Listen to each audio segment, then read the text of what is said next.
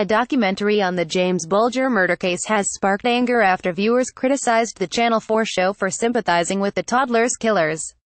A chilling documentary examining whether or not justice was done that aired last night, 25 years after John Venables and Robert Thompson were charged and convicted of the brutal murder of 2-year-old James Bulger. But viewers were shocked when experts defended the 10-year-old murderers, saying they made an awful mistake. After spending just 8 years in custody, Britain's youngest killers were released and given lifetime anonymity in the UK. Denise Fergus denied having anything to do with the Channel 4 documentary about her son Image. Rex Shutter shocked James Bulger, aged 2 years old, being led away in a shopping centre in Liverpool. Image, PA. On last night's documentary, Robert Thompson's solicitor Dominic Lloyd said, "Many years after the trial, a juror said we found them guilty of murder, but we didn't have the option to find them guilty of being two very bewildered and frightened little boys who made an awful mistake and need a lot of help." But his comments sparked anger from viewers. It wasn't fair to interview him. He was in great distress, and what about the little, innocent boy he killed? I can't believe people find excuses for these murderers. It's beyond me, one viewer tweeted. Another added, an awful mistake. They didn't kill him in an accident, it was premeditated and they tortured that poor baby. How can people defend their actions, the Bulger killers? But about two frightened kids who'd made a terrible mistake. The tape said they kept stoning him, even when he kept getting up. They knew what they were doing, another wrote. An awful mistake for 10-year-olds is shoplifting, not murdering a 2-year-old FFS, another angry viewer tweeted. James Bulger's murder case could now be investigated. Image, Press Association. The reaction prompted James' mum Denise Fergus to let supporters know she had nothing to do with the program.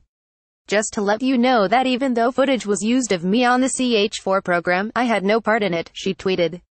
Instead, she was involved in an ITV documentary with Sir Trevor McDonald that will air on Thursday. Meanwhile, a petition demanding a public inquiry into James Bulger's murder case has got nearly 15,000 signatures in one day. Few will ever forget the chilling footage of two 10-year-old boys holding a toddler's hand as they led him to his death.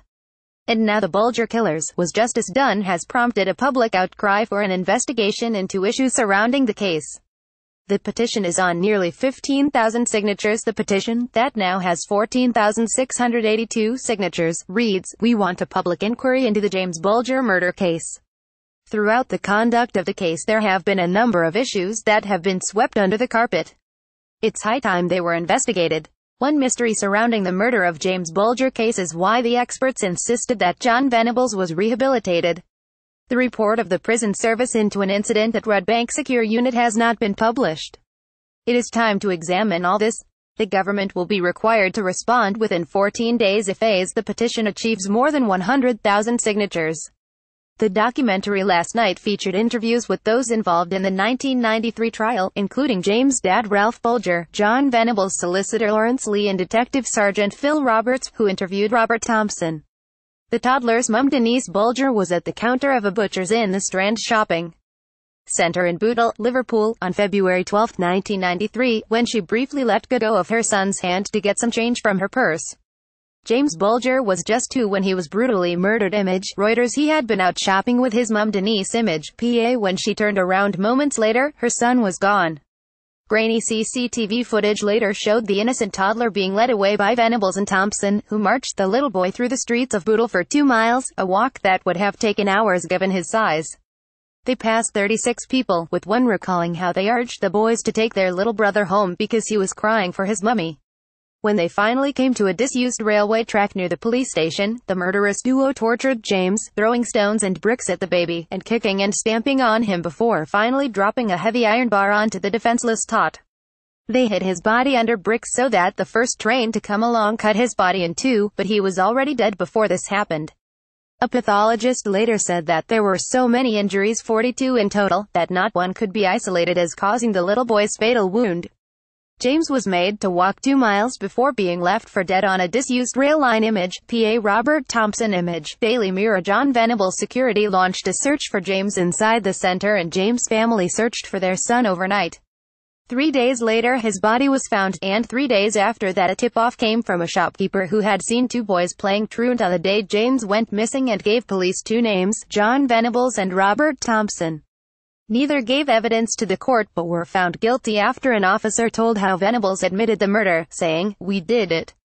Will you tell his mom I'm sorry? Why was the trial controversial? The pair was tried for the abduction and murder of James as adults owing to the fact they were over 10, which is legally deemed to be the age of criminal responsibility. A police officer remembered Venables being so small that his legs didn't touch the floor as he sat in the custody office after his arrest. The base of the dock floor at Preston Crown Court had to be raised 18 inches so each boy could see over it. Thompson and Venables were tried as adults. Getty Images. The bottom of the dock had to be raised so the boys could see over.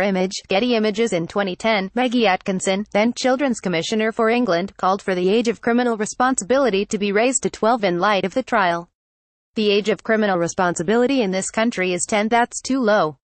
It should certainly be moved up to 12. In some European countries it is 14, she said. In terms of knowing what the full consequences of your actions are, you are into older childhood or adolescence. Youngsters are usually tried in a youth court. Thompson and Venables were tried in an adult court. What they did was exceptionally unpleasant, and the fact that a little boy ended up dead is not something the nation can easily forget. But they shouldn't have been tried in an adult court because they were still children. Children accused of a crime are usually granted anonymity, but at the end of the trial the judge allowed both to be named, because the public interest overrode the interest of the defendants.